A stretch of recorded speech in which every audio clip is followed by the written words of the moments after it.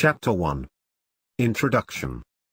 The man who thought his way into partnership with Thomas A. Edison. Truly, thoughts are things, and powerful things at that, when they are mixed with definiteness of purpose, persistence, and a burning desire for their translation into riches, or other material objects. A little more than 30 years ago, Edwin C. Barnes discovered how true it is that men really do think and grow rich. His discovery did not come about at one sitting. It came little by little, beginning with a burning desire to become a business associate of the great Edison. One of the chief characteristics of Barnes' desire was that it was definite. He wanted to work with Edison, not for him. Observe, carefully, the description of how he went about translating his desire into reality, and you will have a better understanding of the 13 principles which lead to riches. When this desire, or impulse of thought, first flashed into his mind, he was in no position to act upon it. Two difficulties stood in his way. He did not know Mr. Edison, and he did not have enough money to pay his railroad fare to Orange, New Jersey. These difficulties were sufficient to have discouraged the majority of men from making any attempt to carry out the desire. But his was no ordinary desire. He was so determined to find a way to carry out his desire that he finally decided to travel by blind baggage, rather than be defeated. To the uninitiated, this means that he went to East Orange on a freight train. He presented himself at Mr. Edison's laboratory, and announced he had come to go into business with the inventor. In speaking of the first meeting between Barnes and Edison, years later, Mr. Edison said, "He stood there before me, looking like an ordinary tramp, but there was something in the expression of his face which conveyed the impression that he was determined to get what he had come after." I had learned, from years of experience with men, that when a man really desires a thing so deeply that he is willing to stake his entire future on a single turn of the wheel in order to get it, he is sure to win. I gave him the opportunity he asked for, because I saw he had made up his mind to stand by until he succeeded. Subsequent events proved that no mistake was made. Just what young Barnes said to Mr. Edison on that occasion was far less important than that which he thought. Edison, himself, said so. It could not have been the young man's appearance which got him his start in the Edison office, for that was definitely against him. It was what he thought that counted. If the significance of this statement could be conveyed to every person who reads it, there would be no need for the remainder of this book. Barnes did not get his partnership with Edison on his first interview. He did get a chance to work in the Edison offices, at a very nominal wage, doing work that was unimportant to Edison, but most important to Barnes, because it gave him an opportunity to display his merchandise where his intended partner could see it. Months went by. Apparently nothing happened to bring the coveted goal which Barnes had set up in his mind as his definite major purpose. But something important was happening in Barnes' mind. He was constantly intensifying his desire to become the business associate of Edison. Psychologists have correctly said that when one is truly ready for a thing, it puts in its appearance. Barnes was ready for a business association with Edison. Moreover, he was determined to remain ready until he got that which he was seeking. He did not say to himself, "Ah well, what's the use? I guess I'll change my mind and try for a salesman's job." But, he did say, "I came here to go into business with Edison, and I'll accomplish this, and if it takes the remainder of my life." He meant it. What a different story men would have to tell if only they would adopt a definite purpose, and stand by that purpose until it had time to become an all-consuming obsession. Maybe young Barnes did not know it at the time, but his bulldog determination, his persistence in standing back of a single desire, was destined to mow down all opposition, and bring him the opportunity he was seeking. When the opportunity came, it appeared in a different form, and from a different direction than Barnes had expected. That is one of the tricks of opportunity. It has a sly habit of slipping in by the back door, and often it comes disguised in the form of misfortune, or temporary defeat. Perhaps this is why so many fail to recognize opportunity. Mr. Edison had just perfected a new office device, known at that time as the Edison dictating machine, now the Ediphone. His salesmen were not enthusiastic over the machine. They did not believe it could be sold without great effort. Barnes saw his opportunity. It had crawled in quietly, hidden in a queer-looking machine which interested no one but Barnes and the inventor. Barnes knew he could sell the Edison dictating machine. He suggested this to Edison, and promptly got his chance. He did sell the machine. In fact, he sold it so successfully that Edison gave him a contract to distribute and market it all over the nation. Out of that business association grew the slogan, "Made by Edison and installed by Barnes." The business alliance has been in operation for more than 30 years. Out of it Barnes has made himself rich in money, but he has done something infinitely greater. He has proved that one really may think and grow rich. How much actual cash that original desire of Barnes has been worth to him, I have no way of knowing. Perhaps it has brought him $2 or $3 million, but the amount, whatever it is, becomes insignificant when compared with the greater asset he acquired in the form of definite knowledge that an intangible impulse of thought can be transmuted into its physical counterpart by the application of known principles. Barnes literally thought himself into a partnership with the great Edison. He thought himself into a fortune. He had nothing to start with, except the capacity to know what he wanted, and the determination to stand by that desire until he realized it. He had no money to begin with. He had but little education. He had no influence. But he did have initiative, faith, and the will to win. With these intangible forces he made himself #1 man with the greatest inventor who ever lived. Now, let us look at a different situation, and study a man who had plenty of tangible evidence of riches, but lost it, because he stopped 3 feet short of the goal he was seeking. 3 feet from gold. One of the most common causes of failure is the habit of quitting when one is overtaken by temporary defeat. Every person is guilty of this mistake at one time or another. An uncle of R.U. Darby was caught by the gold fever in the gold rush days, and went west to dig and grow rich. He had never heard that more gold has been mined from the brains of men than has ever been taken from the earth. He staked a claim and went to work with pick and shovel. The going was hard, but his lust for gold was definite. After weeks of labor, he was rewarded by their discovery of the shining ore. He needed machinery to bring the ore to the surface. Quietly, he covered up the mine, retraced his footsteps to his home in Williamsburg, Maryland, told his relatives and a few neighbors of the strike. They got together money for the needed machinery, had it shipped. The uncle and Darby went back to work the mine. The first car of ore was mined, and shipped to a smelter. The returns proved they had one of the richest mines in Colorado. A few more cars of that ore would clear the debts. Then would come the big killing in profits. Down went the drills. Up went the hopes of Darby and uncle. Then something happened. The vein of gold ore disappeared. They had come to the end of the rainbow, and the pot of gold was no longer there. They drilled on, desperately trying to pick up the vein again, all to no avail. Finally, they decided to quit. They sold the machinery to a junk man for a few $100s, and took the train back home. Some junk men are dumb, but not this one. He called in a mining engineer to look at the mine and do a little calculating. The engineer advised that the project had failed, because the owners were not familiar with fault lines.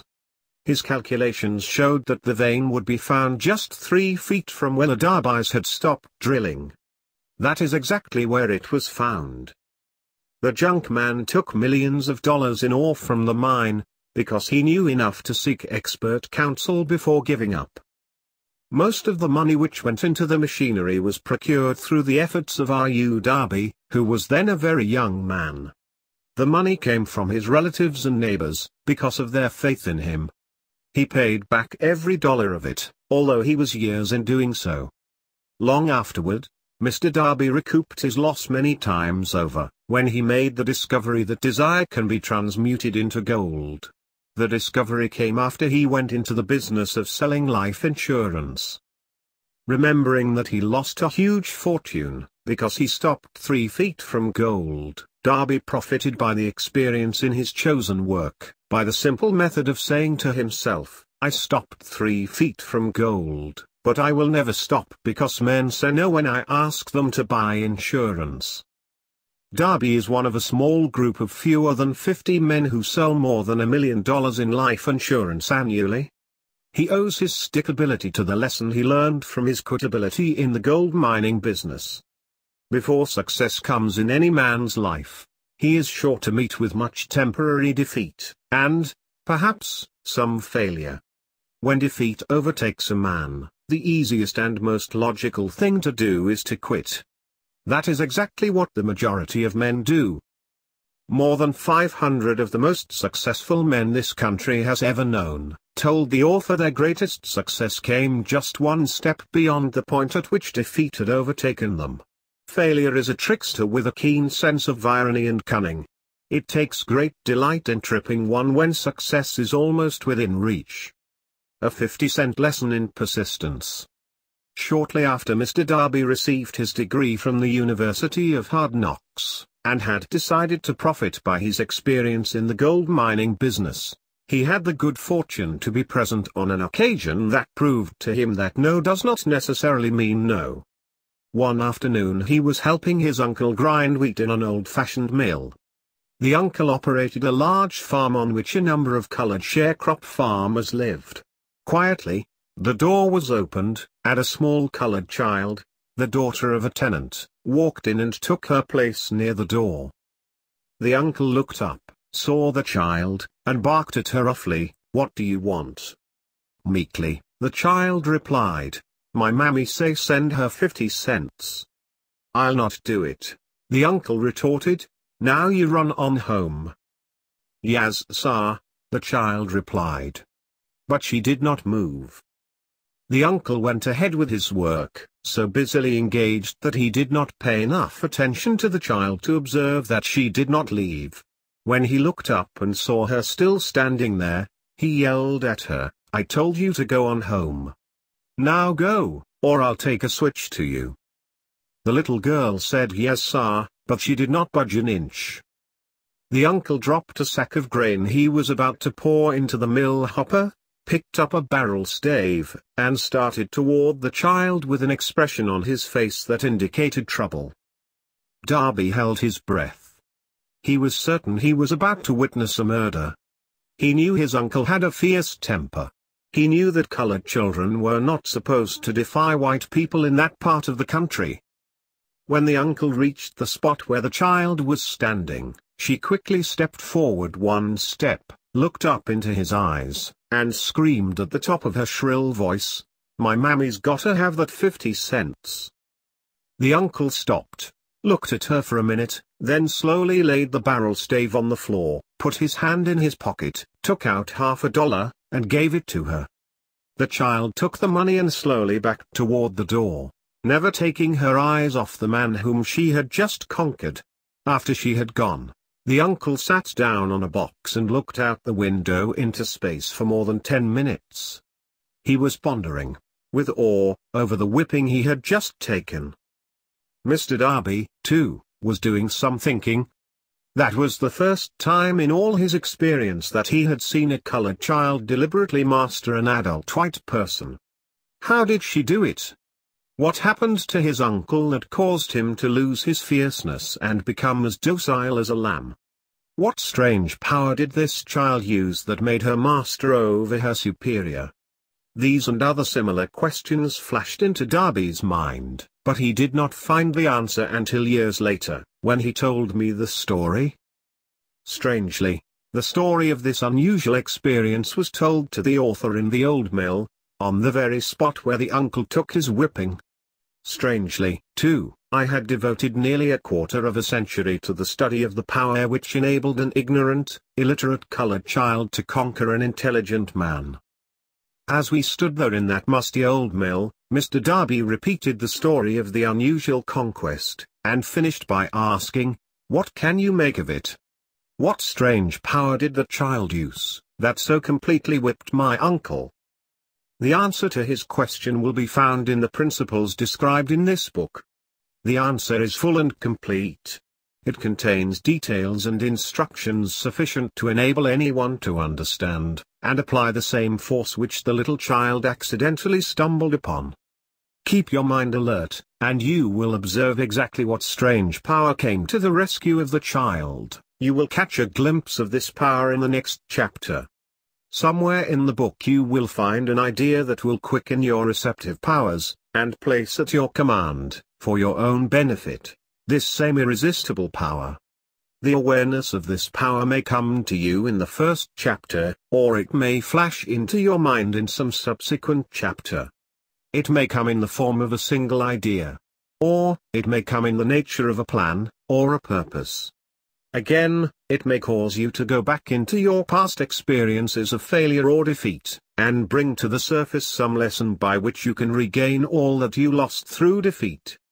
After I had described to Mr. Darby the power unwittingly used by the little colored child, he quickly retraced his 30 years of experience as a life insurance salesman, and frankly acknowledged that his success in that field was due, in no small degree, to the lesson he had learned from the child.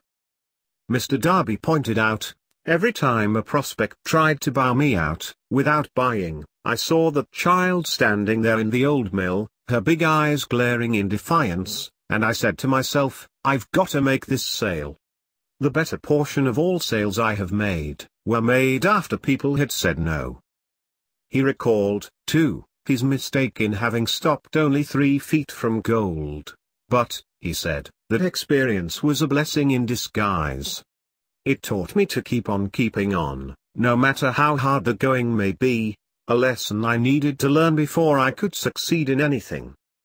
This story of Mr. Darby and his uncle, the colored child and the gold mine, doubtless will be read by hundreds of men who make their living by selling life insurance, and to all of these, the author wishes to offer the suggestion that Darby owes to these 2 experiences his ability to sell more than $1 million of life insurance every year.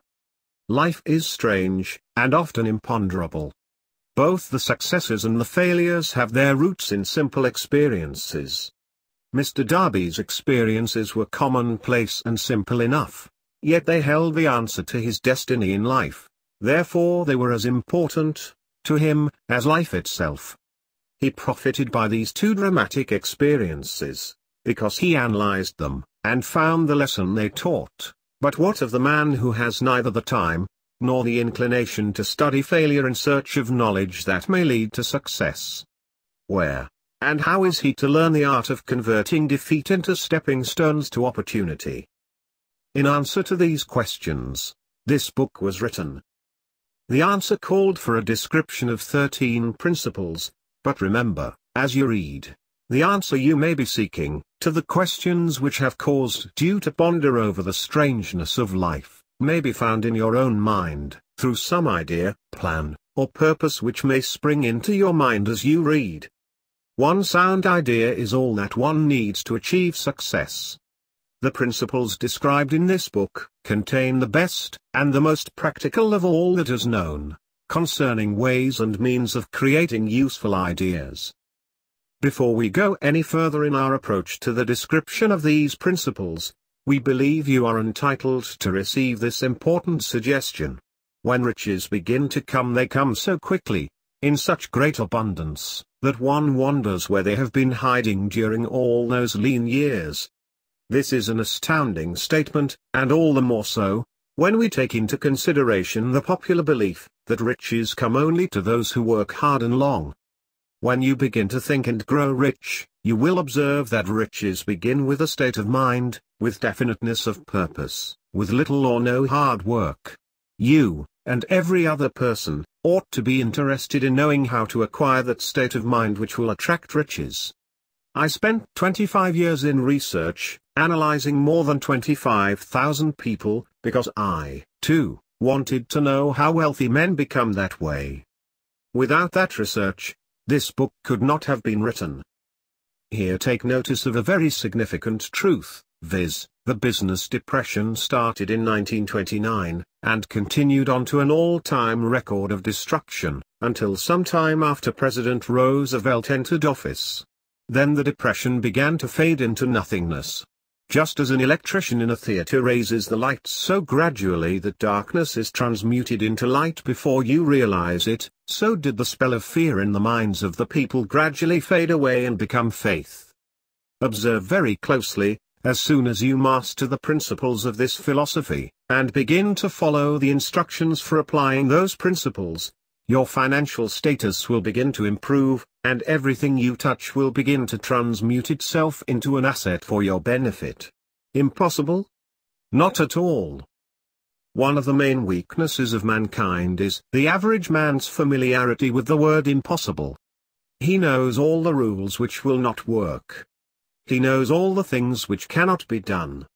This book was written for those who seek the rules which have made others successful, and are willing to stake everything on those rules. A great many years ago I purchased a fine dictionary. The first thing I did with it was to turn to the word impossible, and neatly clip it out of the book. That would not be an unwise thing for you to do. Success comes to those who become success conscious. Failure comes to those who indifferently allow themselves to become failure conscious. The object of this book is to help all who seek it to learn the art of changing their minds from failure consciousness to success consciousness. Another weakness found in altogether too many people is the habit of measuring everything and everyone by their own impressions and beliefs. Some who will read this will believe that no one can think and grow rich. They cannot think in terms of riches, because their thought habits have been steeped in poverty, want, misery, failure, and defeat. These unfortunate people remind me of a prominent Chinese, who came to America to be educated in American ways. He attended the University of Chicago. One day President Harper met this young Oriental on the campus, stopped to chat with him for a few minutes, and asked what had impressed him as being the most noticeable characteristic of the American people. "Why," the Chinaman exclaimed, "the queer slant of your eyes. Your eyes are off slant." What do we say about the Chinese? We refuse to believe that which we do not understand. We foolishly believe that our own limitations are the proper measure of limitations. Sure, the other fellow's eyes are off slant, because they are not the same as our own. Millions of people look at the achievements of Henry Ford, after he has arrived, and envy him, because of his good fortune, or luck, or genius, or whatever it is that they credit for Ford's fortune. Perhaps one person in every 100,000 knows the secret of Ford's success, and those who do know are too modest, or too reluctant, to speak of it, because of its simplicity. A single transaction will illustrate the secret perfectly. A few years back, Ford decided to produce his now famous V8 motor. He chose to build an engine with the entire 8 cylinders cast in one block, and instructed his engineers to produce a design for the engine. The design was placed on paper, but the engineers agreed, to a man, that it was simply impossible to cast an 8-cylinder gas engine block in one piece. Ford said, "Produce it anyway." "But," they replied, "it's impossible." "Go ahead," Ford commanded, "and stay on the job until you succeed, no matter how much time is required." The engineers went ahead. There was nothing else for them to do, if they were to remain on the Ford staff. 6 months went by, nothing happened. Another 6 months passed, and still nothing happened. The engineers tried every conceivable plan to carry out the orders, but the thing seemed out of the question, impossible. At the end of the year Ford checked with his engineers, and again they informed him they had found no way to carry out his orders. "Go right ahead," said Ford, "I want it, and I'll have it."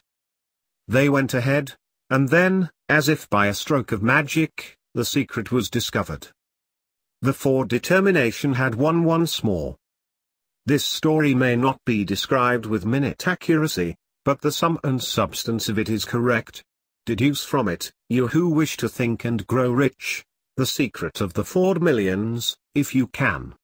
You'll not have to look very far. Henry Ford is a success, because he understands, and applies the principles of success. One of these is desire, knowing what one wants. Remember this Ford story as you read, and pick out the lines in which the secret of his stupendous achievement have been described. If you can do this, if you can lay your finger on the particular group of principles which made Henry Ford rich, you can equal his achievements in almost any calling for which you are suited. You are the master of your fate, the captain of your soul, because when Henley wrote the prophetic lines, "I am the master of my fate, I am the captain of my soul," he should have informed us that we are the masters of our fate, the captains of our souls, because we have the power to control our thoughts. He should have told us that the ether in which this little earth floats, in which we move and have our being, is a form of energy moving at an inconceivably high rate of vibration, and that the ether is filled with a form of universal power which adapts itself to the nature of the thoughts we hold in our minds, and influences us, in natural ways, to transmute our thoughts into their physical equivalent. If the poet had told us of this great truth, we would know why it is that we are the masters of our fate, the captains of our souls. He should have told us, with great emphasis, that this power makes no attempt to discriminate between destructive thoughts and constructive thoughts, that it will urge us to translate into physical reality thoughts of poverty, just as quickly as it will influence us to act upon thoughts of riches. He should have told us, too, that our brains become magnetized with the dominating thoughts which we hold in our minds, and, by means with which no man is familiar, these magnets attract to us the forces, the people, the circumstances of life which harmonize with the nature of our dominating thoughts. He should have told us, that before we can accumulate riches in great abundance, we must magnetize our minds with intense desire for riches, that we must become money conscious until the desire for money drives us to create definite plans for acquiring it. But, being a poet, and not a philosopher, Henley contented himself by stating a great truth in poetic form, leaving those who followed him to interpret the philosophical meaning of his lines. Little by little, the truth has unfolded itself, until it now appears certain that the principles described in this book hold the secret of mastery over our economic fate. We are now ready to examine the first of these principles. Maintain a spirit of open-mindedness, and remember as you read, they are the invention of no one man. The principles were gathered from the life experiences of more than 500 men who actually accumulated riches in huge amounts, men who began in poverty, with but little education, without influence. The principles worked for these men. You can put them to work for your own enduring benefit. You will find it easy, not hard, to do. Before you read the next chapter, I want you to know that it conveys factual information which might easily change your entire financial destiny, as it has so definitely brought changes of stupendous proportions to two people described. I want you to know, also, that the relationship between these two men and myself is such that I could have taken no liberties with the facts, even if I had wished to do so. One of them has been my closest personal friend for almost 25 years, the other is my own son. The unusual success of these two men, success which they generously accredit to the principle described in the next chapter, more than justifies this personal reference as a means of emphasizing the far-flung power of this principle. Almost 15 years ago, I delivered the commencement address at Salem College, Salem, West Virginia.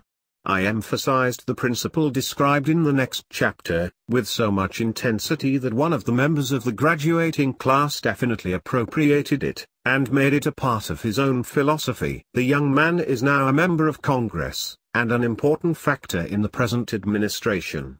Just before this book went to the publisher, he wrote me a letter in which he so clearly stated his opinion of the principle outlined in the next chapter, that I have chosen to publish his letter as an introduction to that chapter. It gives you an idea of the rewards to come. My dear Napoleon, my service as a member of Congress having given me an insight into the problems of men and women, I am writing to offer a suggestion which may become helpful to thousands of worthy people.